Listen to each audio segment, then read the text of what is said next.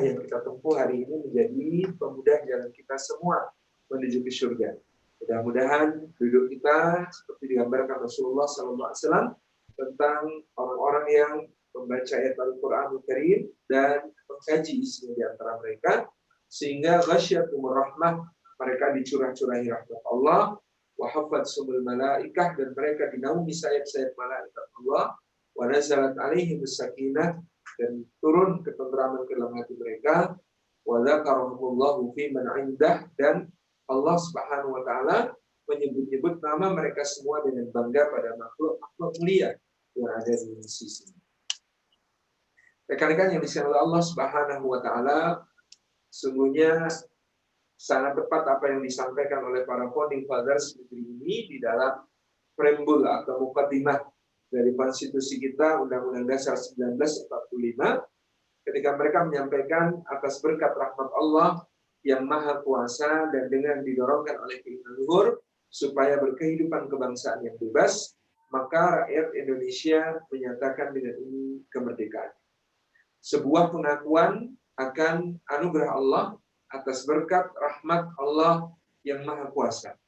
Karena memang betul-betul atas berkat rahmat Allah yang maha kuasa itu, penjajah di negeri kita ini di dalam memberikan kerusakan kepada bangsa Indonesia tidak seperti yang terjadi di benua Amerika, tidak seperti yang terjadi di benua Australia misalnya. Sebelum kedatangan Francisco Pizarro, Hernando Cortés, Christopher Columbus, ataupun Amerigo Vespucci, kita tahu benua Amerika dihuni menurut estimasi para sejarawan antara 50 sampai 110 juta natif Amerika, atau yang salah kaprah disebut sebagai orang Indian.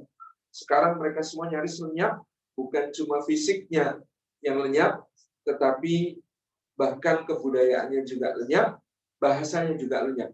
Seluruh benua Amerika dari ujung utara sampai ujung selatan hari ini berbicara dengan bahasa yang dipakai oleh para penjajahnya. Kemudian juga di benua Australia, kita tahu sebelum kedatangan Captain James Cook atau Admiral Flinders, gitu ya, maka di benua baru itu kira-kira ada 8 sampai 20 juta, estimasinya 8 sampai 20 juta orang aborigin natif Australia. Nah, sekarang pun mereka hanya tersisa sangat sedikit, hanya puluhan ribu, itu pun berada dalam konservasi yang sangat ketat. Jadi, apa yang kemudian dialami oleh bangsa Amerika asli, bangsa Australia asli, ini adalah sebuah penjajahan yang betul-betul membinasakan. Tetapi atas berkat rahmat Allah yang Maha Kuasa, Nusantara ini dijajah 350 tahun, ternyata kita alhamdulillahirabbil alamin hari ini masih tersisa 260 juta orang dan mayoritasnya adalah kaum muslimin. Kenapa begitu? Karena atas berkat rahmat Allah yang Maha Kuasa, tepat 1 abad sebelum para penjajah barat, imperialis dan kolonialis yang sangat rakus ini datang ke Nusantara, maka alhamdulillah syiar dakwah Islam mengalami masifikasi yang sangat dahsyat, terutama dari pulau yang paling padat penduduknya yaitu Pulau Jawa, dan nanti menyebar ke pulau-pulau yang lain dengan diutusnya para dai dan para murid dari para wali songo ini yang kemudian setelah belajar mereka kembali ke negerinya dan menebarkan agama Islam. Ini betul-betul atas berkat rahmat Allah, karena dengan adanya Islam di Nusantara, maka yang tumbuh adalah ruh perlawanan yang memiliki konsep untuk jihad fisabilillah, yang memiliki konsep untuk membela yang lemah di hadapan orang-orang yang zalim sebagai jihad yang paling agung. Inilah Islam. Dan memang sejak awal kedatangan bangsa-bangsa penjajah barat, hanya penduduk Nusantara yang kemudian sudah menerima Islam yang memiliki kesadaran yang sangat besar untuk menghadang para penjajah ini. Misalnya ketika tahun 1511 Portugis menaklukkan Malaka, maka hanya selisih 1 tahun, tahun 1512, Kesultanan Demak di pantai utara Jawa sudah menggalang satu aliansi besar bersama dengan Aceh, Palembang, Jambi, Banten, Cirebon. Untuk apa? Untuk membentuk satu armada gabungan untuk menghantam kedudukan Portugis di Malaka tersebut. Berkekuatan kira-kira 200 kapal, armada Demak dipimpin oleh putra mahkotanya, Pangeran Fathi Yunus, atau lebih dikenal di dalam Babad sebagai Fathi Unus. alias Pangeran Sabranglor, kemudian menyerbu Malaka. Tetapi qadarullah wa masya'a fa'al, memang Allah Subhanahu wa taala yang menentukan segalanya. Tepat pada saat mereka telah merangsek masuk ke kota Malaka, armada bantuan Portugis yang datang dari Goa di India tepat berada di belakang armada Demak dan gabungan ini, sehingga mereka justru menjadi sasaran serangan meriam-meriam dari kapal-kapal besar milik Portugis, sehingga banyak yang menjadi korban dan akhirnya pasukan terpaksa ditarik mundur. Tapi kesadaran yang sama kemudian juga terjadi pada kira-kira 15 tahun kemudian, yakni ketika kerajaan Pajajaran yang diperintah oleh Maharaja Hindu masih kemudian mengirimkan utusan ke Malaka untuk mengajak Portugis bekerja sama dan membangun pangkalan di Pulau Jawa, tepatnya di sebuah pelabuhan yang bernama Sunda Kalapa. Maka yang memiliki kesadaran untuk mencegah pendirian pangkalan Portugis yang imperialis tersebut adalah seorang Muslim bernama Fadilah Khan atau Fatahillah atau Tubagus Pasir Fathullah, yang merupakan ulama dari Pasai dan menjadi menantu dari Raden Patah di Demak, sekaligus menantu Sunan Gunung Jati dari Cirebon, karena beliau menikahi 2 janda dari Pangeran Fathi Yunus. Kemudian dengan dipimpin oleh Fatahillah ini, armada gabungan dari Demak, Cirebon, dan Banten menghadang kekuatan armada Portugis yang hendak membangun pangkalan di Sunda Kalapa. Tanggal kemenangannya pada 22 Juni 1527 diperingati sebagai hari lahir Ibu Kota Republik Indonesia ini, Jakarta, sebab tahun itu diperingati dengan satu kata Jayakarta atau kemenangan yang gemilang, dan ditandai dengan pembacaan surah Al-Fat yang dimulai dengan kalimat Inna fatahna laka fatham mubina. Sesungguhnya kami telah membukakan untukmu sebuah pintu kemenangan yang gemilang. Jadi kesadaran yang sangat kuat itu berasal dari Islam, sehingga saya ingin mengubah narasi yang selama ini kemudian banyak diyakini oleh sebagian kita menjadikan kita inferior. Kita adalah bangsa yang 350 tahun dijajah. Tidak, mari kita ubah hari ini menjadi kita adalah bangsa yang 350 tahun berjihad melawan penjajahan. Karena adanya jihad di Nusantara itulah, maka bumi Nusantara ini subur oleh darah para syuhada, subur oleh para pahlawan, sehingga ada satu lagi keajaiban yang terjadi di Nusantara. Rata-rata negeri yang kemudian dijajah, itu kalau penjajahnya pergi, maka dia akan terpecah-pecah menjadi negeri-negeri yang kecil. Ini tidak dalam rangka merendahkan, tetapi coba bayangkan bahwa setelah Turki Utsmani kalah Perang Dunia Pertama, maka seluruh wilayahnya di Timur Tengah dan Afrika Utara itu dibagi-bagi oleh penjajah, dibagi-bagi oleh pemenang perang, yaitu Inggris, Prancis, dan kemudian menyusul Italia. Bagian barat, gitu ya, Maroko, Aljazair, Tunisia diambil alih oleh Prancis. Kemudian Libya diambil alih oleh Italia, kemudian Mesir semula oleh Prancis tapi lalu diambil alih oleh Inggris, kemudian Lebanon dan Suriah diambil Prancis, Jordania, Palestina, Irak, dan Jazirah Arab kemudian diambil alih oleh Inggris. Ini menjadi wilayah-wilayah yang hari ini berdiri masing-masing sebagai negara yang kecil-kecil, yang banyak, yang satu sama lain terpisah oleh perbatasan, yang perbatasannya bentuknya garis-garis lurus, gitu ya.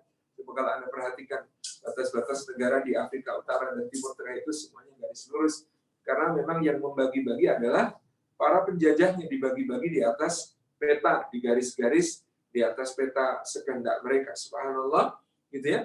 Kini mereka satu bangsa, satu agama, satu kebudayaan, satu bahasa, tetapi ada puluhan negara yang terbentang di wilayah tersebut dan sangat sulit dipersatukan, bahkan untuk menolong salah satu saudaranya, yaitu bangsa Palestina yang masih terjajah secara penjajahan klasik atau penjajahan tradisional yang kita lihat dilakukan oleh Zionisme Israel.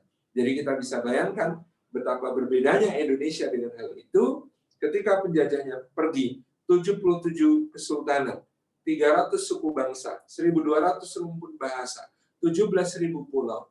Kemudian ternyata sepakat untuk menjadikan satu identitas baru, yaitu bangsa Indonesia, bahasa Indonesia, tanah air tumpah darah Indonesia. Ini satu keajaiban yang luar biasa. Pasti ini benar yang dikatakan para founding fathers, dia adalah atas berkat rahmat Allah yang Maha Kuasa, yang dengan itu kita senantiasa 350 tahun berjihad melawan penjajahan, sehingga dengan jihad itu tanah Nusantara menjadi berkah, dan di antara keberkahannya adalah persatuan, ukhuwah, kekuatan kita bersama untuk bangkit menjadi bangsa yang jauh lebih besar daripada kerajaan-kerajaan kecil yang pernah berdiri di sana. Teman-teman yang disayang oleh Allah Subhanahu wa Ta'ala, nah, maka kalau menyebut masifikasi dakwah tadi di Nusantara yang kemudian berjasa, yang kemudian bernilai strategis di dalam jihad fisabilillah mempertahankan Nusantara dari para penjajah, dan di dalam kemudian menjadikan bangsa Indonesia ini bangsa yang bukan 350 tahun dijajah, tapi 350 tahun berjihad melawan penjajahan. Maka mau tidak mau menyebut masifikasi dakwah harus menyebut peran para dai-nya. Mereka adalah orang-orang yang dikenal dengan sebutan yang cukup menyederhanakan saja, dikenal sebagai wali songo. Mereka berdakwah tepat kira-kira 1 abad sebelum merajalelanya para penjajah barat itu di bumi asal rempah-rempah ini. Jadi teman-teman yang disayang oleh Allah Subhanahu wa Ta'ala, maka kalau kita bicara tentang wali songo, setidaknya ada 3 sumber primer dan beberapa sumber sekunder yang bisa kita bicarakan sebagai riwayat yang sahih, karena memang terlalu banyak kisah-kisah wali songo ini yang telah terbungkus oleh mitos dan berbagai tahayul yang beredar secara mulut ke telinga di tengah masyarakat tanpa bisa kita verifikasi. Tapi ada 3 sumber primer yang kita mau tidak mau akan merujuk ke sana. Yang pertama adalah sumber primer yang disebut sebagai keropak Jawa atau keropak Ferrara. Satu lembaran-lembaran rontal. Ron itu daun, tal itu pohon siwalan atau pohon kalau di beberapa daerah disebut pohon lontara. Nah, mungkin mirip dengan pohon aren atau pohon palem gitu ya. Daunnya ini dipakai untuk menulis pada masa itu. Nah, keropak Jawa atau keropak Ferrara ini adalah tulisan yang berasal dari zaman itu, dan ternyata ketika diperiksa, ditemukan di Museum Ferrara, Italia, ketika diperiksa ternyata isinya adalah notulensi dari pengajaran-pengajaran yang diberikan oleh Maulana Malik Ibrahim di majelisnya di Gresik. Ini adalah salah satu dari 9 orang yang kemudian dinisbatkan sebagai wali songo. Salah satu yang paling pelopor di antara para pendakwah di tanah Jawa.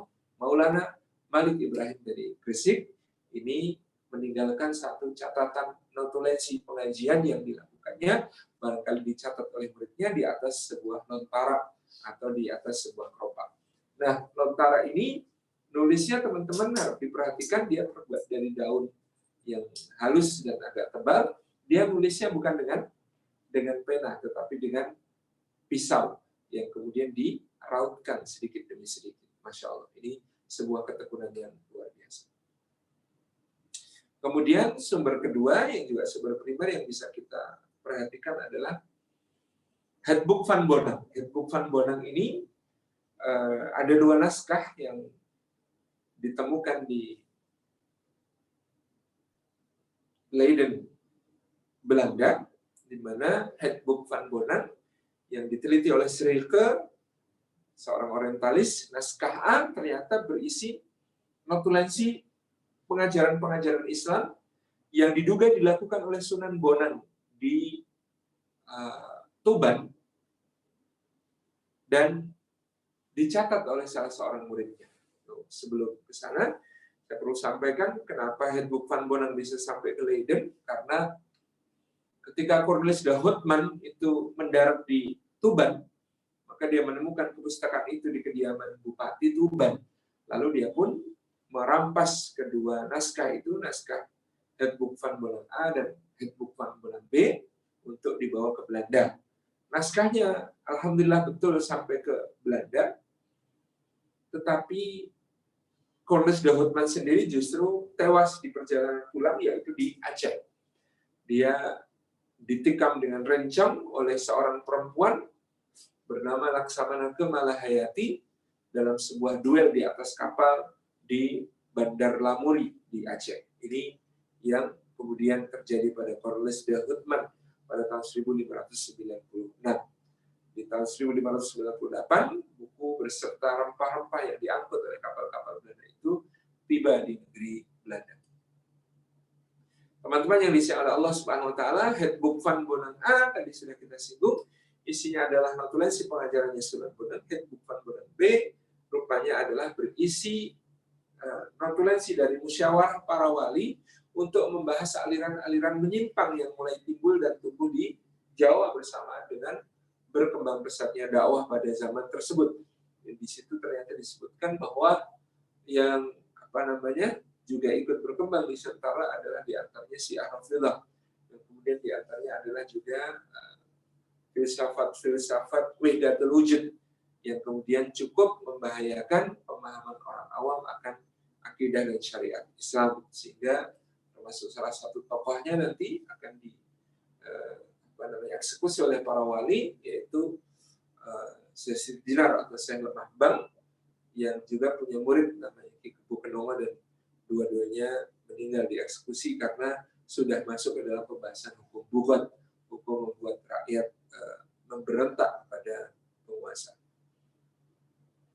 Teman-teman yang disayang oleh Allah Subhanahu wa taala, itu sumber primer kedua, Handbook Van Bonang A dan Handbook Van Bonang B. Kemudian yang ketiga sumber primernya adalah Serat Wali Sanga. Serat Wali Sanga adalah pusaka Keraton Yogyakarta yang kini ada di Museum Solo Budaya, yang Serat Wali Sanga ini ditulis diperkirakan pada masa pemerintahan Sultan Agung Hanyokrokusumo di Mataram. Jadi serat ini Wali Sanga. Jadi ternyata bukan Wali Songo, tetapi Wali Sanga atau Wali Sono. Wali itu bisa penguasa wilayah atau orang yang kemudian diberikan loyalitas kepadanya, wali. Itu Sanga itu atau Sono bisa menjadi Sasono, kita tempat penguasa wilayah tertentu. Tapi tentu saja Wali Yusana, Wali Songo ini merujuk kepada kemuliaan para dai yang luar biasa dahsyat ini. Jadi memang kita kalau membaca sejarah dakwah Islam, kita bahkan mungkin belum akan ketemu satu prestasi seperti yang dicapai oleh Wali Songo dalam jangka waktu kurang dari 20 tahun, gitu ya. Sebuah kerajaan Hindu-Buddha terbesar yang kemudian didirikan juga di atas filsafat Hindu-Buddha yang sangat kokoh, gitu ya, convert, hampir seluruh penduduknya kemudian berbondong-bondong masuk Islam, yang diperingati dengan lagu ilir-ilir, gitu ya, yang diciptakan oleh Kanjeng Sunan Giri, atau dalam riwayat disebut Kanjeng Sunan Kalijogo, bahwa inilah simbol telah meluasnya dakwah Islam, ilir-ilir, tanjure usut ilir, dan seterusnya itu. Jadi teman-teman yang disayang oleh Allah Subhanahu wa taala, maka sesungguhnya sumber ini mengungkap kiprah para wali di dalam keseharian, kiprah mereka untuk kemudian melakukan berbagai aktivitas dakwah secara bil hikmah, dengan penuh kelembutan, kehalusan, gitu ya. Makanya bil hikmah itu digambarkan dengan bulus, atau bulus itu kura-kura air, gitu ya, kura-kura sungai. Kura-kura sungai atau bulus itu kalau di Jawa jalannya perlahan dan lembut, gitu ya, maka bulus di Jarwo Dosoi sebagai mlebune kanthi alus, masuknya dengan cara halus, dan itulah sifat dakwah yang dirasakan pada saat itu oleh para wali songo, gitu ya, mlebune kanthi alus. Dan ukiran bulus ini dipasang di mihrab Masjid Demak, gitu ya, untuk menandai tahun 1401 Saka atau 1479 Masehi, tahun berdirinya Masjid Demak, sekaligus untuk memberikan satu wejangan pengingat bagi semua penguasa, gitu ya, untuk juga berdakwah dengan mengutamakan persatuan, sehingga dakwahnya bil hikmah, dakwahnya kemudian menyentuh hati, dan dakwahnya diterima oleh sebagian atau mayoritas penduduk Jawa pada zaman tersebut. Mereka berbondong-bondong masuk Islam. Kita belum menemukan orang-orang yang punya kiprah seperti ini di zaman kita, atau bahkan di zaman lalu pun jarang kita menemukan. Diberi waktu kurang dari 50 tahun, tapi ternyata bisa mengkonvert hampir seluruh penduduknya untuk menjadi kaum muslimin. Ini adalah satu peristiwa yang sangat besar. Nah, rekan-rekan, insya Allah dari ketiga sumber itu nanti ditambah beberapa sumber tersier dan sekunder, seperti misalnya tulisannya Profesor Haji de Graaf tentang kerajaan-kerajaan Islam di Jawa pada abad ke-16, gitu ya. Kemudian juga bisa kita perkaya dengan babat tanah Jawi yang diteliti oleh Mensma misalnya untuk membaca kejadian-kejadian di tahun-tahun tersebut. Ini tentang Wali Songo, teman-teman. Insya Allah sumbernya ada untuk para Wali Songo ini. Jadi tidak dikatakan mereka ini sosok fiktif, tetapi betul-betul mereka sosok faktual, karena ada banyak cerita, ada banyak riwayat tentang beliau-beliau yang kemudian hadir dalam pembahasan kita kali ini terkait dengan dakwah bil hikmahnya para Wali Songo. Nah, teman-teman yang disayang oleh Allah Subhanahu wa Ta'ala, beberapa kiprah yang bisa kita catat dari Wali Songo dan bagaimana mereka melakukan pendekatan hikmah yang luar biasa di dalam ibadahnya dan sekaligus tugasnya tersebut. Yang pertama adalah tentang Maulana Malik Ibrahim. Maulana Malik Ibrahim ini menurut penelitian terbaru, beliau ulama yang berasal dari Azerbaijan. Bapak Ibu mungkin ada yang pernah ke Azerbaijan. Kalau belum, ya kayak saya, gitu ya, itu cuma bisa membayangkan negeri ini begitu jauh. Kalau kita memperhatikan peta Turki, kemudian di belakangnya ada Laut Hitam, gitu ya. Kemudian di situ ada beberapa negara kecil berbatasan dengan Eropa, lalu masih termasuk Asia Barat Laut, dan kita ketemu di situ Azerbaijan. Azerbaijan asal dari Maulana Malik Ibrahim. Maulana Malik Ibrahim ini kemudian pergi ke negeri Mesir untuk belajar, gitu ya, termasuk kemudian beliau menafkahi dirinya juga dengan melakukan berbagai aktivitas pertanian, termasuk beliau belajar kepada para petani Sungai Nil untuk mengelola air. Yang Sungai Nil itu kalau sedang meluap maka dia bisa banjir, kalau sedang kekeringan maka dia membuat ladang-ladang menjadi kering, gitu ya. Ya, dengan bekal ilmu itu, pada suatu hari dia membaca kitab Ar-Rihlah, gitu ya, karya Ibnu Batutah, seorang pengelana yang sangat masyhur. Dan di dalam kitab Ar-Rihlah, Ibnu Batutah itu menemukan di negeri timur ada negeri bernama Samudra Pasai. Kemudian di belakang Samudra Pasai, di jazirah-jazirah di belakang Samudra Pasai, masih terdapat banyak orang yang menyembah berhala. Masih terdapat banyak orang yang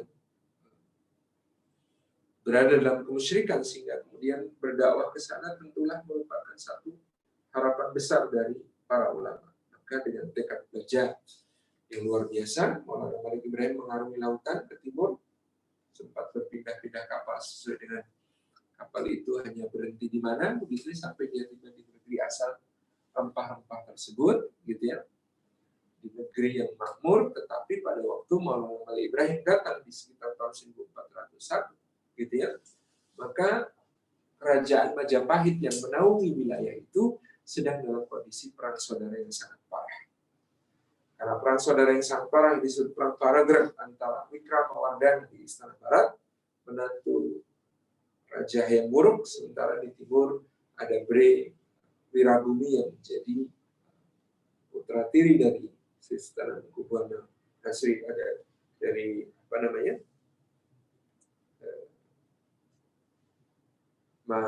Bre Wirabumi ini merupakan putra tiri dari Raja Hayam Wuruk yang tadi kita sebut. Jadi perang saudara antara menantu dengan putra dari selir dari Raja Hayam Wuruk pada saat itu, dan perang ini sangat parah sampai membuat para penduduk rakyat itu ketakutan, lalu sebagian di antara mereka pergi lari ke gunung-gunung, mengakibatkan aktivitas ekonomi macet dan mengakibatkan lahan-lahan pertanian terbengkalai, lalu Majapahit dilanda krisis pangan yang sangat parah pada saat itu.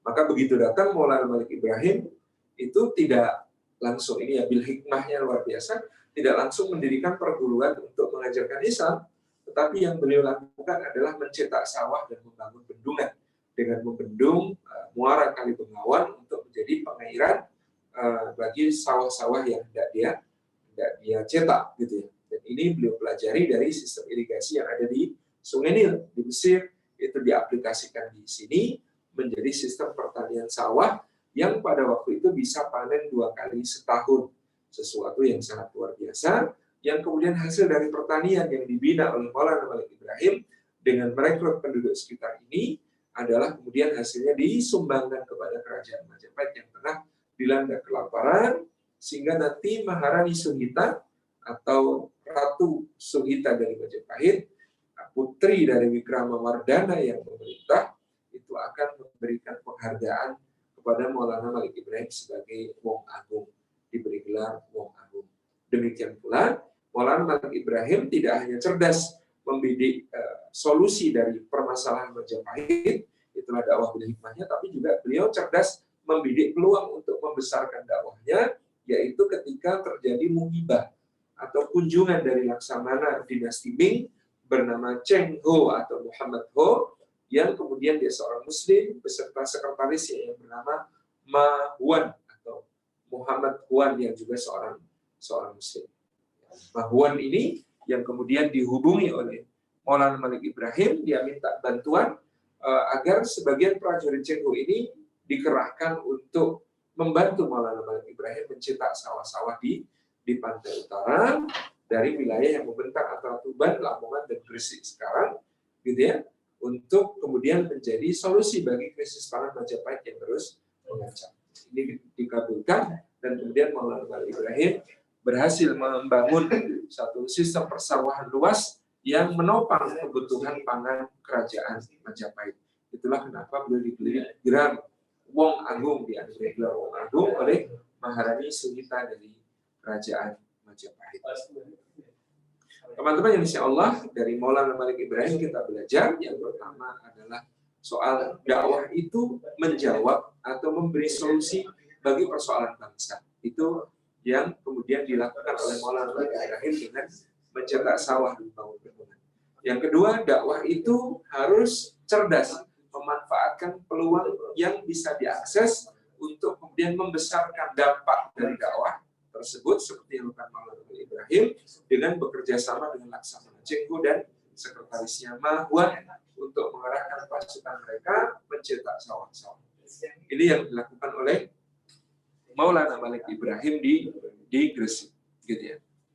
Jadi inilah rintisan dakwah yang luar biasa, dan perlahan-lahan orang mulai melihat pribadi Maulana Malik Ibrahim sebagai pribadi yang mulia dan pribadi yang dermawan, bahkan menjadi jawaban dari krisis pangan Majapahit. Maka sedikit demi sedikit pula penduduk semakin akrab dengan beliau dan akhirnya mengenal Islam dan akhirnya memutuskan untuk masuk Islam di bawah pimpinan beliau Maulana Malik Ibrahim di Gresik.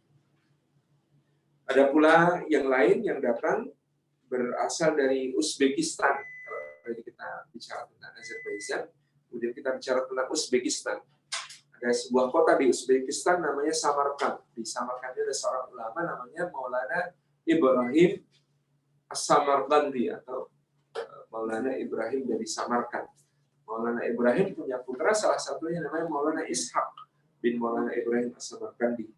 Maulana Ishaq ini seorang dokter, seorang yang sangat mumpuni dalam bidang kesehatan.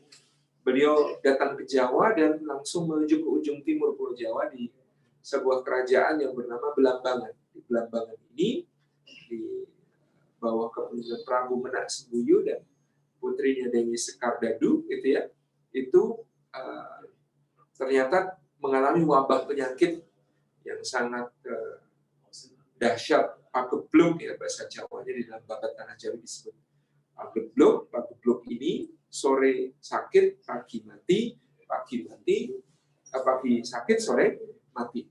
Keadaannya sangat parah yang dialami oleh penduduk Belambangan pada saat itu. Maka Maulana Ishaq mengerahkan segenap kemampuan medisnya untuk meramu berbagai macam obat-obatan untuk mencegah wabah ini semakin menyebar, dan kemudian beliau juga berhasil menyembuhkan putri dari Raja Menak Sembuyu, yaitu Dewi Sekardadu, sehingga akhirnya Maulana Ishaq ini dinikahkan dengan putri Dewi Sekardadu ini.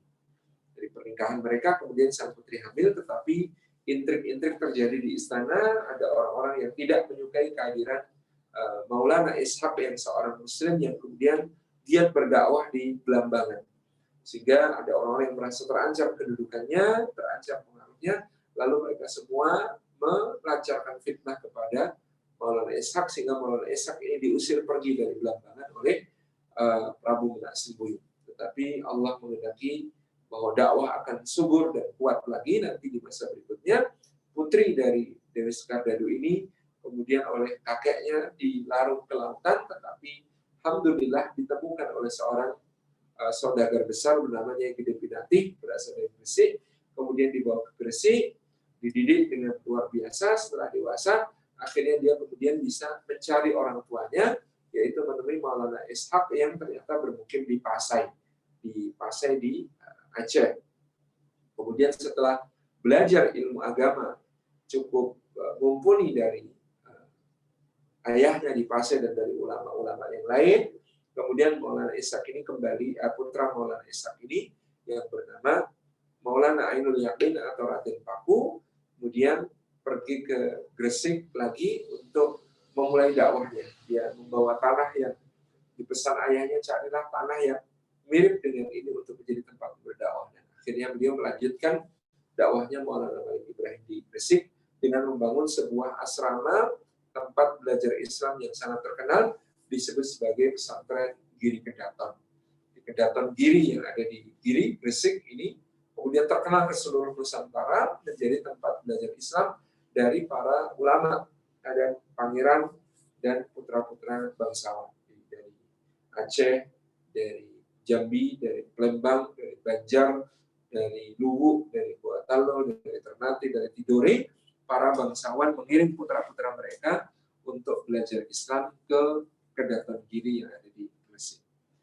Kemudian ada seorang yang berasal dari Campa, atau menurut Babar dari Cempo, sehingga Cempo ini menjadi pertanyaan apakah dia Campa di Kamboja ataukah Cempo yang ada di Aceh. Tapi yang jelas orang ini namanya Maulana Ahmad Rahmatullah, kemudian datang ke Majapahit, dan ternyata dia memiliki bibi yang kemudian diperistri Raja Majapahit, yakni Dewi Amarawati. Kemudian dia diberi tempat perdikan atau daerah bebas pajak di Ampel Delta di Surabaya, dan disitulah kemudian dia sesuai amanah dari Raja Majapahit membuka sekolah, bukan sekolah Islam tapi sekolah tata negara. Karena banyaknya dang acarya dan guru-guru negara Majapahit yang gugur selama perang Paragraf, maka Maulana Ahmad Rahmatullah mendirikan sekolah tata negara di Majapahit supaya semua orang tetap bisa belajar tata negara. Maka ini adalah dakwah yang sangat strategis, gitu.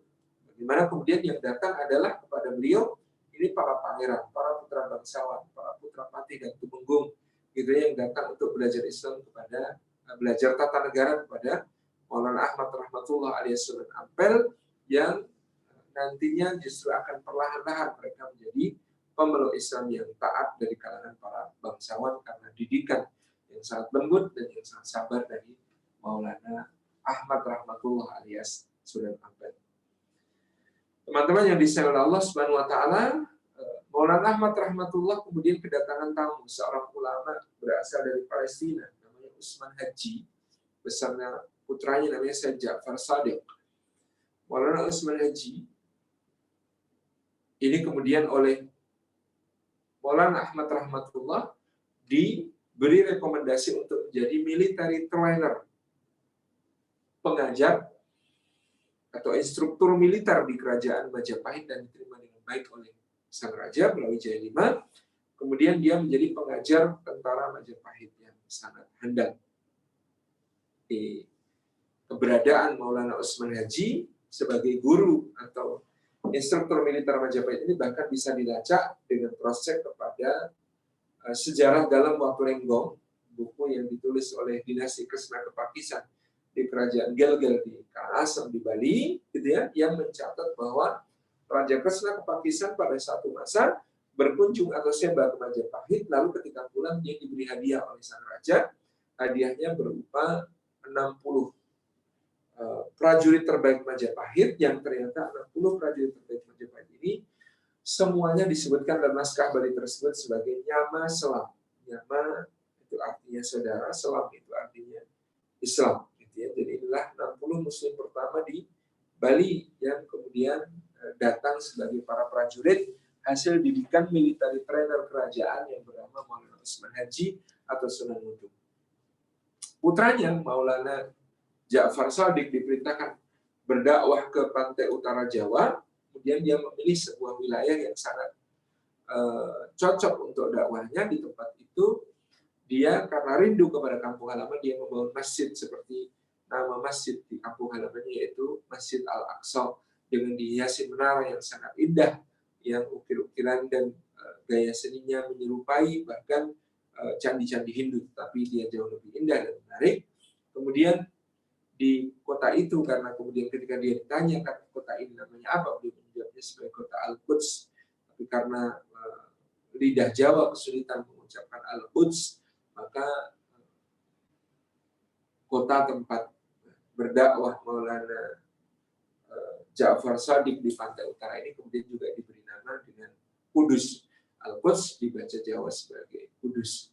Inilah monumen pertama dari hutan dakwah Indonesia dengan Palestina, di mana seorang ulama dari Palestina datang untuk mengajarkan Islam di pantai utara Jawa dengan pendekatan yang sangat simpatik seperti yang pernah kita baca.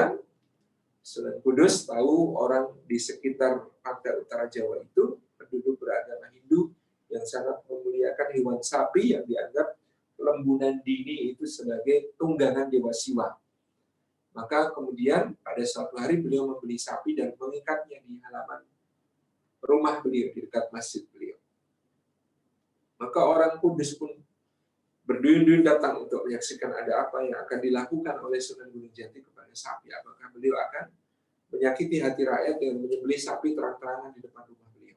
Begitu jamaah berkumpul, maka Sunan Kudus alias Maulana Ja'far Shadiq ini bicara kepada hadirin, Bapak Ibu sekalian, dari 114 surat di dalam kitab suci Al-Quran, ada satu surat yang paling panjang, yang paling banyak mengandung berbagai pelajaran dan sejarah orang-orang terdahulu.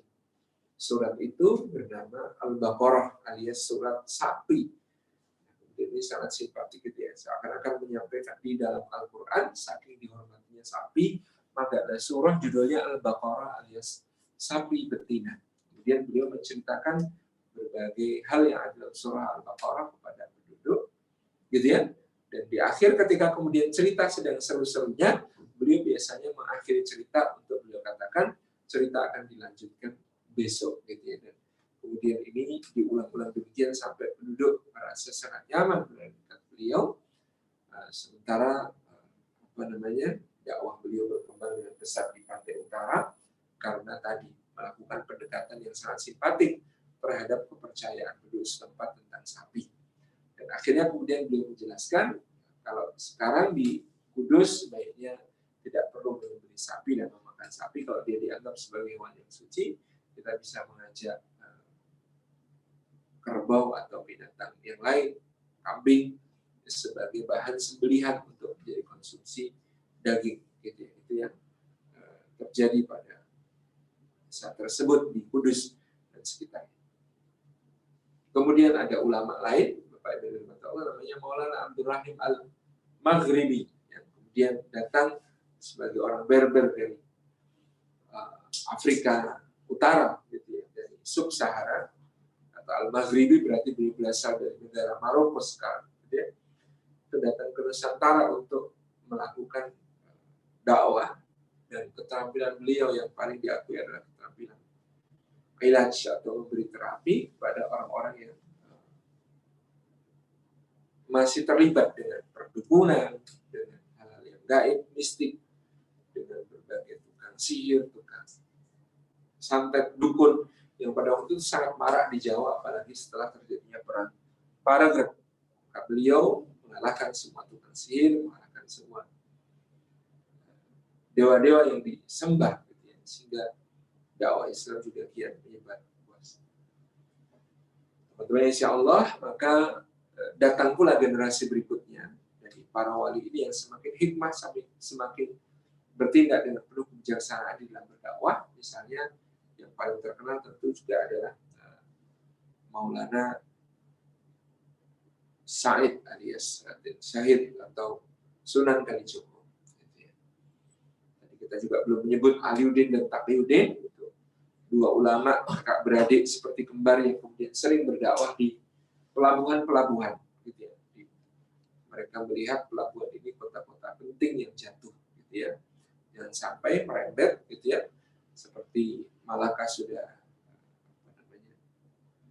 jatuh pada saat itu ke tangan Portugis tahun 1911, maka Aliuddin dan Taqiyuddin ini melanjutkan dakwahnya ke berbagai pelabuhan.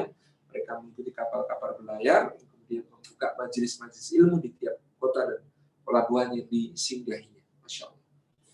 Kemudian ke Sunan Kalijaga tadi, ini salah satu yang paling berhikmah di dalam dakwahnya, termasuk pendekatan-pendekatan beliau, selalu untuk memberi solusi kepada berbagai persoalan masyarakat yang dihadapi.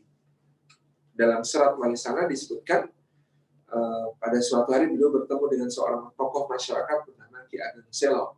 Ki Ageng Selo adalah cucu dari Raden Bondan Kejawan yang merupakan putra Raja Brawijaya V juga. Ki Ageng Selo itu sedang membalik tanah dengan linggis. Kita bisa membayangkan kalau kita punya lahan cukup luas, kita hanya bisa membalik untuk menggemburkan tanah dengan linggis, itu sangat berat, sangat memakan waktu, sangat menyusahkan. Maka beliau menginvensi satu alat yang kemudian disebut sebagai cangkul pada hari ini. Dan cangkul ini kemudian dititipi makna filosofisnya seperti pegangannya disebut doran, bagian penyambungnya disebut bawah, sedangkan bagian yang tajamnya disebut sebagai pacul. Yang pacul itu dipatahkan saliannya Allah akan muncul, artinya dia menghilangkan hatinya, membersihkan hatinya dari segala sesuatu selain Allah. Bahwa bain awak, artinya dia terus harus beramal soleh dengan selamat abadan, dan doran artinya tentu memarah pangeran, itu yang menjadi pegangan. Ini makna filosofis tentang cangkul yang kemudian diberikan Allah sebagai senjata dan perlengkapan kerja pada masa itu melalui Sunan Kalijaga. Termasuk kemudian juga penciptaan luku atau bajak, itu ternyata juga dilakukan oleh Sunan Kalijaga. Kalau pacul atau cangkul ada 3 bagian, maka kalau luku itu ada 7 bagian. 7 bagian itu juga diberi makna filosofis masing-masingnya supaya masyarakat mudah mengerti. Kemudian salah satu invention yang paling menarik juga dari Sunan Kalijaga adalah wayang kulit sebagai sebuah film animasi pertama di dunia, ya kalau saya bilang begitu. Jadi pada saat itu beliau memahami rakyat Jawa ini sangat gandrung dengan kisah-kisah dalam Mahabharata dan Ramayana. Beliau kemudian terpikir untuk memanfaatkan cerita tersebut sebagai dakwah. Hal ini sempat menimbulkan perdebatan karena misalnya Sunan Giri merasa keberatan. Itu cerita epos, wiracarita Mahabharata dan Ramayana itu adalah wiracarita Hindu dari India. Di dalamnya terdapat berbagai keyakinan dan pengajaran keagamaan Hindu. Kenapa kita pakai untuk menyebarkan dakwah Islam? Sunan Kalijaga kemudian mengajukan hujah, dalilnya adalah seperti cerita Nabi Ibrahim alaihissalam. Nabi Ibrahim itu tidak pernah bermusyrik kepada Allah, menyekutukan Allah, tidak pernah. Dia sudah diberi oleh Allah hikmah kenabian sejak usia yang sangat muda. Maka kenapa Ibrahim dalam Al-Quran itu ya bicara tentang bintang, bulan, dan matahari itu masing-masing mengatakan ada Rabbi, inilah Tuhanku, inilah Tuhanku.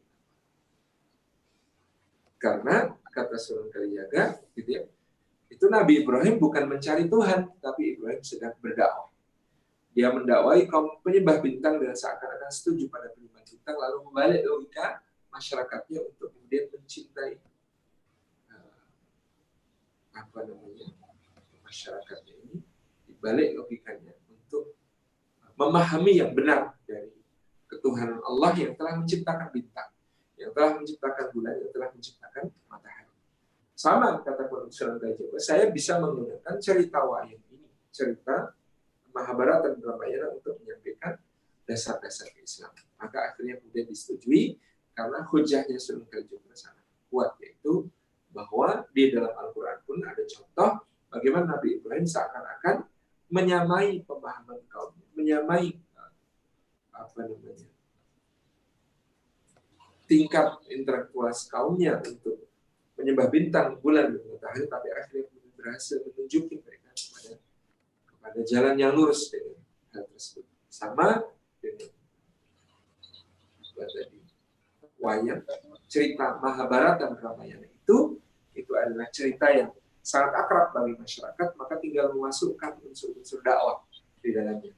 Kalau dulu wayang itu dipentaskan dalam bentuk beber atau digambar peradegan dengan gambar naturalis yang sangat persis sesuai aslinya, kemudian digeser-geser sambil diceritakan, lalu yang menonton itu maksimal hanya 12 orang. Tapi Sunan Kalijaga kemudian mengajukan satu usulan agar wayang itu tidak ditatah per adegan, tidak dilukis per adegan, tapi ditatah digambar per karakter, per orang. Maka Sunan Kalijaga menggambar karakter dari wayang-wayang tersebut, gitu ya, teman-teman yang disayang Allah SWT, itu semuanya tidak ada yang melanggar hadis tentang menggambar. Kenapa? Karena betul-betul bentuknya jauh dari bentuk manusia. Tangannya yang sangat panjang dengan jari-jari yang sangat panjang, dengan lengan-lengan yang sangat kecil, perut yang sangat kecil, gitu ya. Kemudian dibentuk kain dengan bongkongan yang besar dan lain sebagainya, dengan rambut yang digelung tapi lurus, gitu, bagus, gitu. Ini adalah tidak ada di dunia manusia. Maka gambar ini betul-betul gambar simbol. Makanya kalau digambar wayang, itu yang disusun oleh Sunan Kalijaga, mata satria itu sipit karena dia godul basar. Sementara mata raksasa itu pasti jelalatan besar karena dia mata kerajaan. Kalau dia bicara, maka lisannya itu tipis kecil kalau untuk satria. Karena dia bisa menjaga lisan. Bicara dari yang tidak perlu. Jadi kemudian, baik. Saya lanjutkan sedikit, selesaikan. Baik. 1 menit terakhir saja. Baik, dan kemudian kalau kita lihat kemudian perutnya juga begitu, untuk kesatria dia kecil, untuk raksasa dia besar, untuk menunjukkan kerakusan dan sebagainya. Kemudian ini dipentaskan dengan cara mementaskan, siapa yang mau nonton pentasnya itu harus membayar, pembayarannya dengan ucapan berupa kalimat asyhadu alla ilaha illallah wa asyhadu anna muhammadar rasulullah, yang nanti baru akan dijelaskan di dalam wayang makna kedua kalimat itu, kalimat syahadatain, sehingga kemudian masyarakat lalu ternyata sudah masuk Islam ketika menonton pentas Sunan Kalijaga sebagai dalang yang memperagakan kisah wiracarita Mahabharata dan Ramayana dengan cerita yang sangat berbeda dengan yang di India, di mana dewa-dewa kemudian diturunkan derajatnya menjadi punya hawa nafsu, dewa-dewanya menjadi bisa bikin kesalahan, tidak lagi maksum, dan bahkan bisa dikalahkan oleh para ksatria. Dewa-dewa ini juga bisa dikalahkan oleh punakawan seperti Semar, Gareng, Petro, Bagong, sosok-sosok yang sangat asli Nusantara. Terakhir, teman-teman insya Allah, bil hikmahnya dakwahnya para wali ini juga terbukti dengan tidak tergesa-gesanya mereka untuk mengobarkan perang dengan kekuatan Hindu, yaitu Majapahit, di mana berulang kali ketika didesak untuk mengibarkan panji perang melawan Majapahit, maka para wali mengatakan kepada Raja Demak, Sultan Patah, Raden Patah, bahwa tidak patut kalau seorang anak menyerang ayahnya sendiri, karena itu akan menimbulkan antipati. Karena rakyat Jawa itu adalah orang-orang yang sangat menghargai leluhur, yang sangat menghormati orang tua. Kalau sampai Raden Patah itu menyerang Majapahit, yang notabene rajanya adalah Brawijaya V, ayahnya sendiri, maka Islam akan dianggap sebagai agamanya anak durhaka, dan kalau itu agama anak durhaka, maka penduduk Jawa tidak akan ada yang mau memeluk Islam. Maka kemudian Raden Patah diminta terus bersabar dan mengembangkan syiar, menggalang kekuatan di pesisir, tetapi tidak memberontak kepada Majapahit.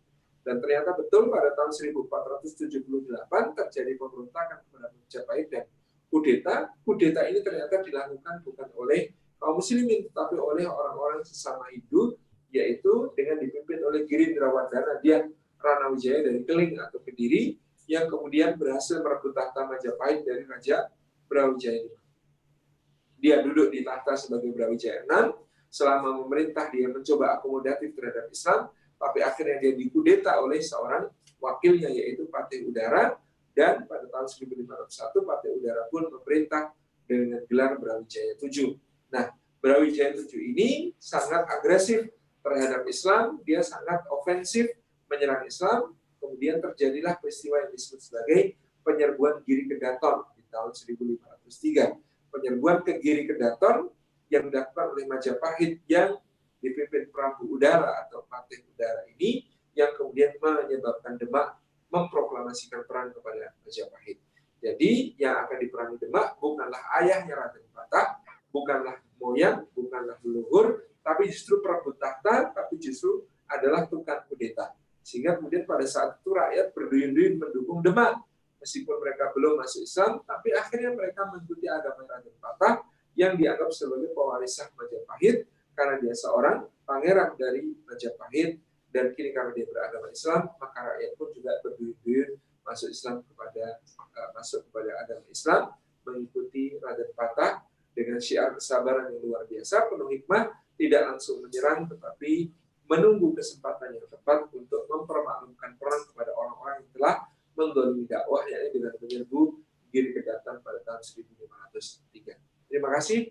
Demikian yang dapat kita sampaikan. Wassalamualaikum warahmatullahi wabarakatuh. Waalaikumsalam warahmatullahi wabarakatuh. Masya Allah, sangat menarik sekali Ustadz pemaparan yang disampaikan tadi, bagaimana kiprah dakwah Wali Songo. Meskipun saya sempat catat tadi hanya barangkali 4 atau 5 yang sempat tokoh yang sempat disampaikan.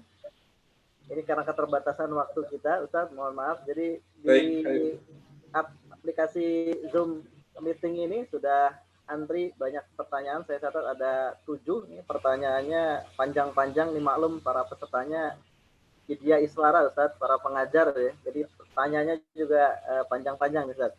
Baik. Hadirin yang berbahagia, demikian tadi pemaparan dari Ustadz Salim. Saya mencatat ada pelajaran yang bisa kita ambil terkait dengan dakwah kultural.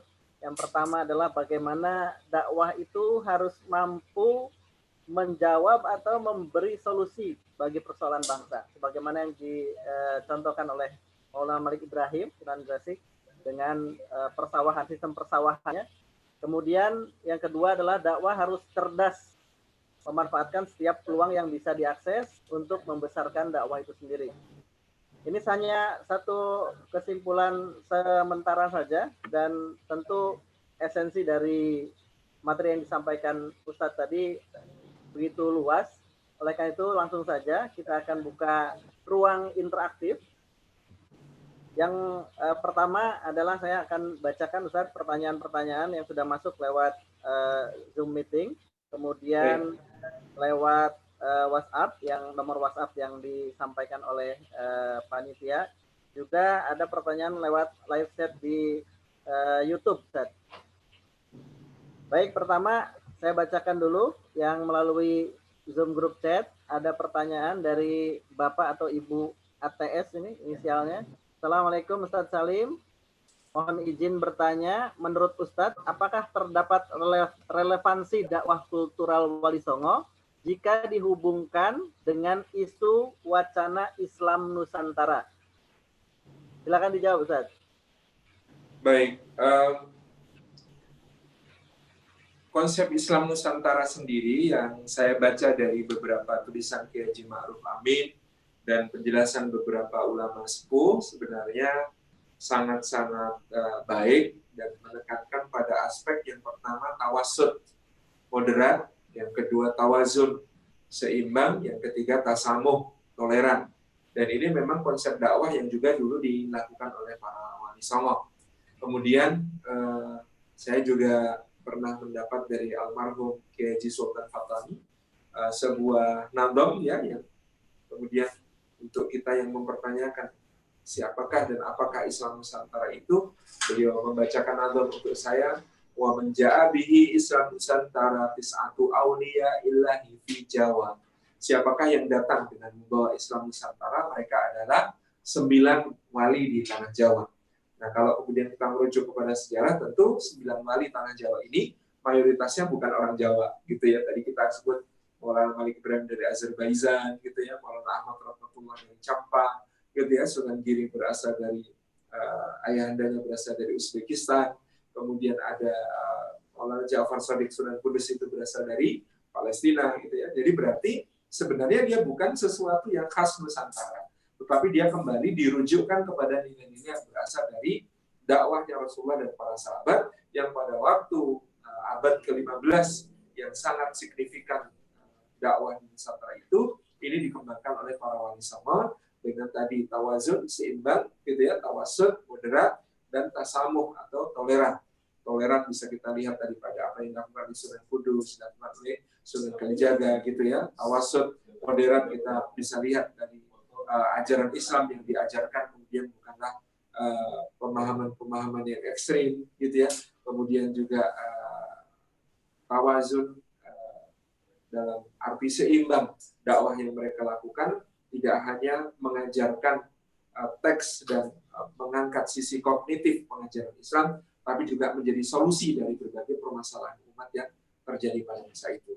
Nah, sayangnya memang isu Islam Nusantara ini kemudian justru dipakai oleh pihak-pihak tertentu untuk saling mendiskreditkan dengan pihak-pihak lain yang juga sama-sama melaksanakan dakwah Islam. Kalau kita kembali rujuk kepada dakwah para wali songo, perhatian mereka terhadap misalnya mencegah penyebaran aliran nyimpang juga sangat tegas. Misalnya dalam Handbook Van Bonan naskah 2, naskah B yang ada di Leiden, kita bisa membaca bahwa di situ para wali ini sangat concern dalam mencegah penyebaran aliran nyimpang. Jadi sangat tidak relevan menggunakan kata Islam Nusantara untuk kemudian semata-mata mengembangkan toleransi tanpa batas, mengembangkan liberalisme di dalam berpikir dan beragama, dan seterusnya. Ini yang perlu menjadi catatan. Allah.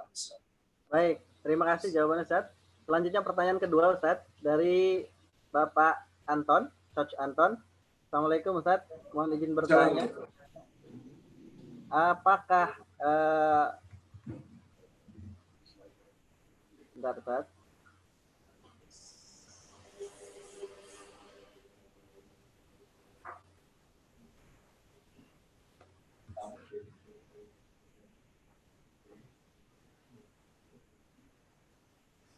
Dakwah kultural Wali Songo apakah hanya dapat dilakukan oleh wali atau Sunan Kalijaga dan Sunan Bonang, Ustaz?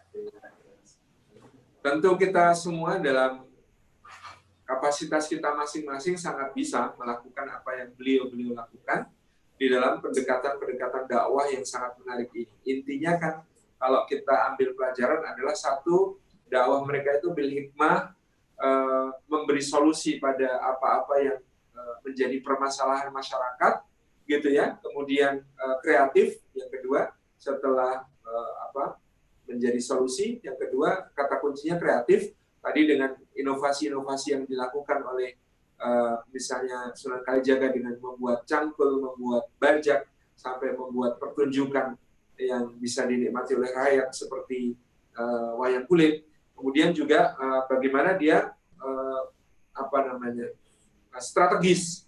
Jadi solutif, kreatif, inovatif, strategis. Strategis seperti tadi Dewan Wali itu ketika bermusyawarah, kenapa kita tidak menyerang frontal Majapahit? Oh, karena Raden Patah putra Raja Brawijaya V ini akan dianggap nanti kalau kita menyerang, Islam ini agamanya anak durhaka, dan orang Jawa itu sangat menghormati leluhur atau orang tua, sehingga kalau Islam diidentifikasi sebagai agama anak durhaka, orang Jawa tidak akan pernah mau masuk Islam.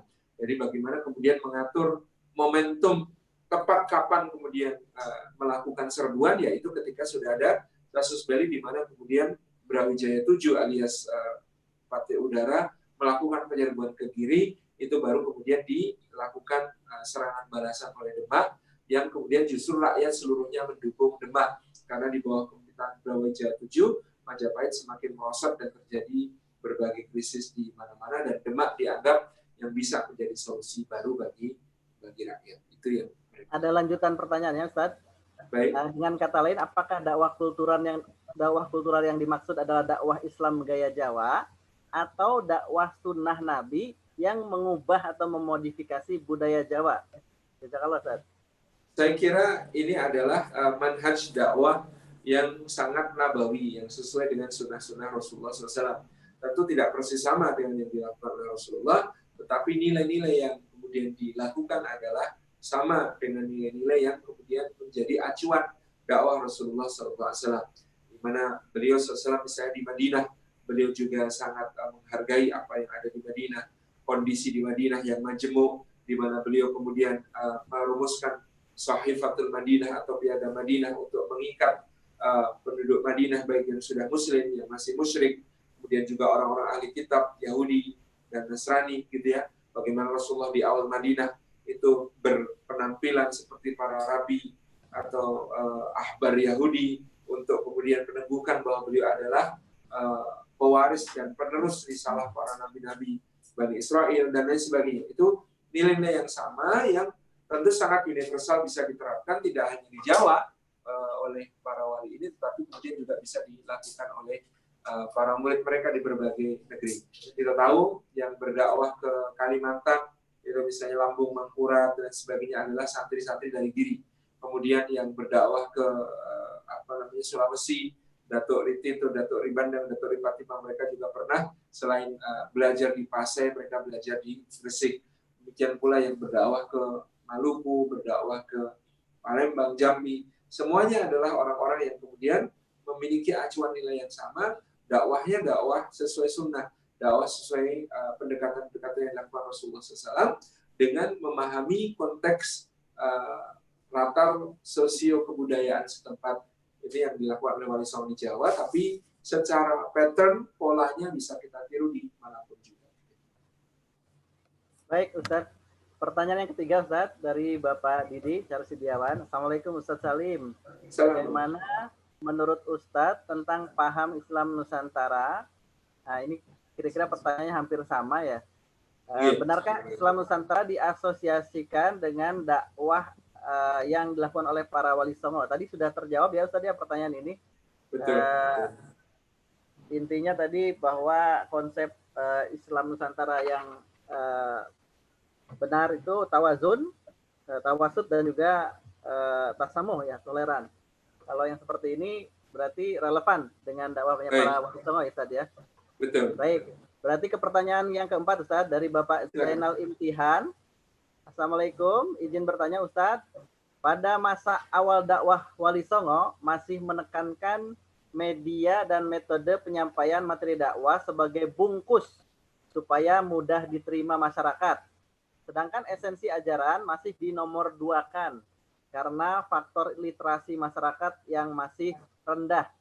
Apakah dengan kemajuan tingkat pendidikan masyarakat saat ini, sudah saatnya kembali fokus pada esensi ajaran dibandingkan pada melestarikan bungkus dakwahnya? Terima kasih Ustaz, silakan. Baik. Di dalam dakwah selalu ada yang disebut sebagai sawabit dan mutaghayyirat.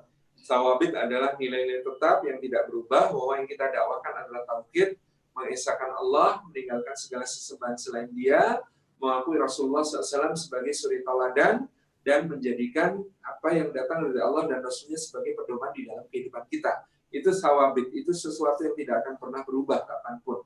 Tapi kita juga akan ketemu dengan mutaghayyirat, dan mutaghayyirat ini juga akan selalu berkembang sesuai dengan perkembangan zaman.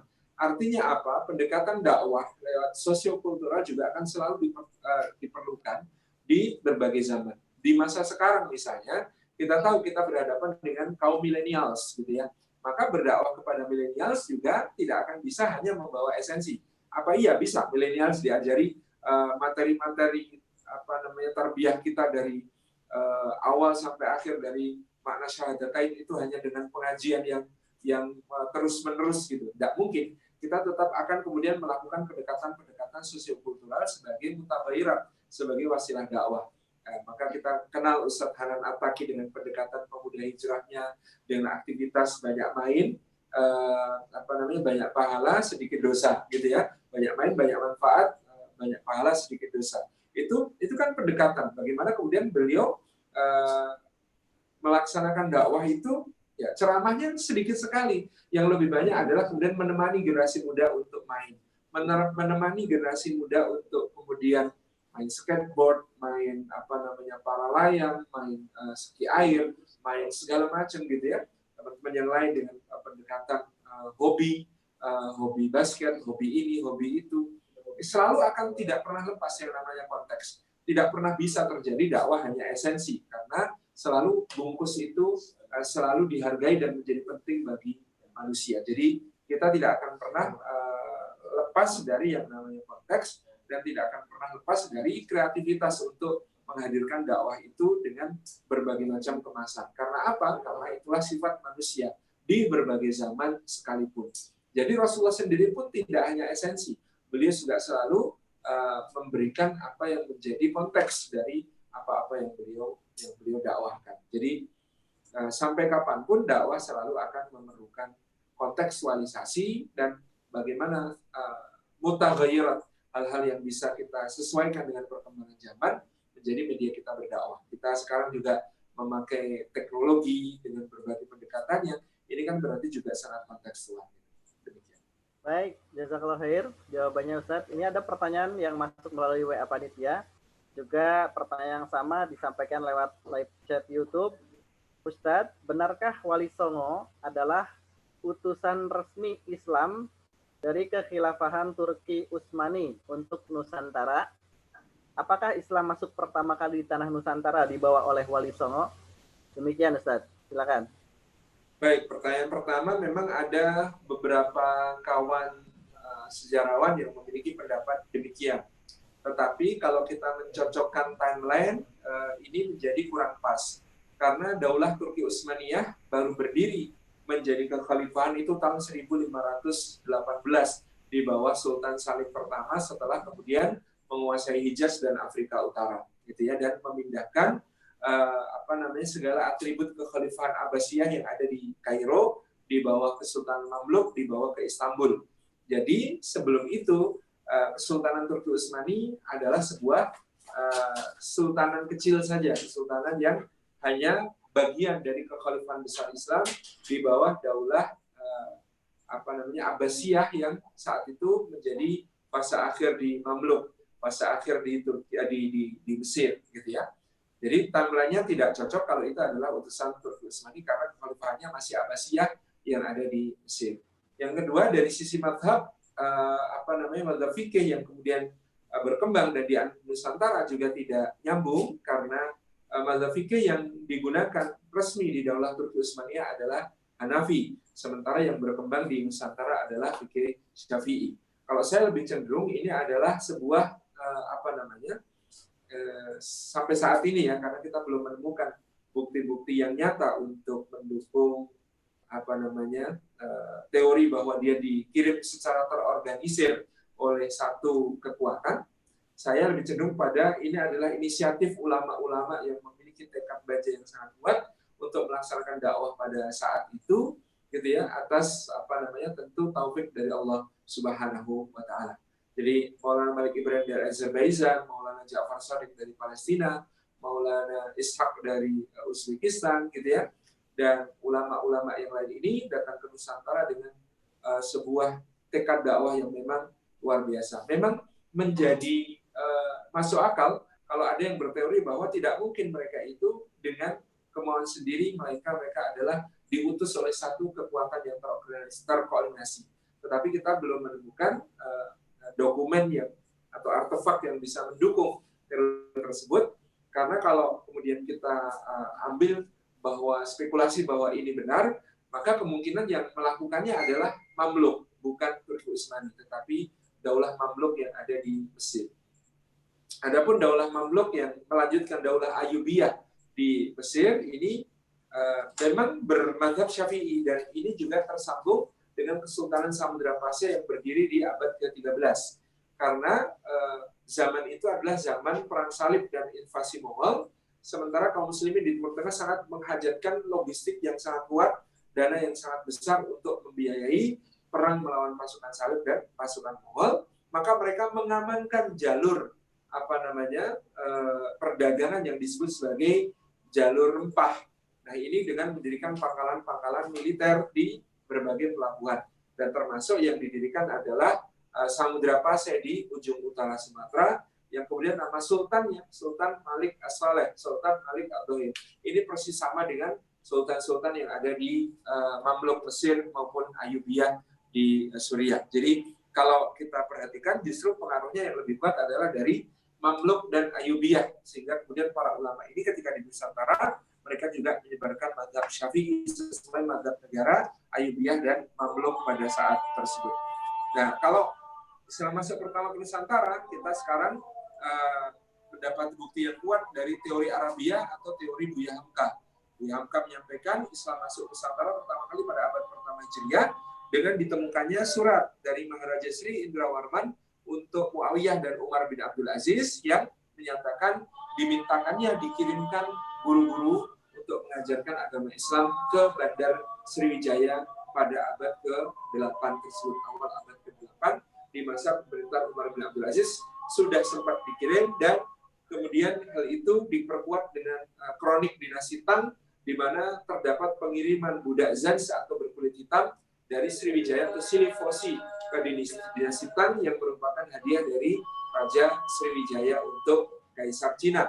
Nah, ternyata sayangnya kemudian Islam yang sudah masuk ke Sriwijaya di abad pertama ini harus redup karena Sriwijaya terjadi kudeta yang dilakukan oleh Wangsa Sailendra, dan sponsornya adalah dinasti Tang. Karena ternyata masuk Islamnya Raja Indrawarman dari Sriwijaya menurut Maharaja Undang Parlindungan dianggap ancaman bagi kepentingan Tiongkok di Nusantara, sehingga kemudian raja yang beragama Islam ini dikudeta, kemudian digantikan oleh seorang yang sangat teguh beragama Buddha dari Sailendra Wangsa yang menguasai Jawa dan Sumatera. Pada saat itu di Jawa mereka mendirikan monumen yang kita lihat sampai sekarang, yakni Borobudur. Jadi Islam masuk ke Nusantara itu bahkan sebelum Borobudur dibangun, gitu ya, dengan masuk Islamnya Raja Indrawarman dari Kerajaan Sriwijaya. Ini dari seminar masuknya Islam ke Nusantara yang digelar oleh Majelis Ulama Indonesia di Medan tahun 1960, dan pemerasaran salah satunya yang sangat kuat adalah Buya Hamka, yang teori beliau menggugurkan teori Snowfall tentang Samudra Pasya. Terima kasih. Baik, jazakallah khair Ustaz. Pertama-tama terdengar senandung azan asar di Jogja sepertinya Ustaz ya. Waktu kita sayang sekali sudah habis, masih ada 3 pertanyaan sebetulnya yang masih belum dijawab. Tidak keberapa nanti Ustaz akan sampaikan secara offline gitu ya. Mudah-mudahan Ustaz sempat menjawab, karena memang waktu kita saat ini sudah habis, sudah pukul 15. Mohon maaf pada para penanya yang belum sempat dibacakan jawabannya. Insya Allah mudah-mudahan nanti akan dijawab di kesempatan berikutnya oleh Ustaz. Demikianlah hadirin para peserta kajian, akhir dari diskusi interaktif kita tentang bagaimana meneladani dakwah Wali Songo. Mudah-mudahan memberikan sebuah pencerahan yang luar biasa, karena ini memang sejarah, dan sejarah itu sesuatu yang berulang. Ya. Maka dari itu penting untuk kita ambil teladan atas apa yang pernah dilakukan kiprah dakwah para Wali Songo, sehingga bisa kita ambil pelajaran untuk bisa diterapkan pada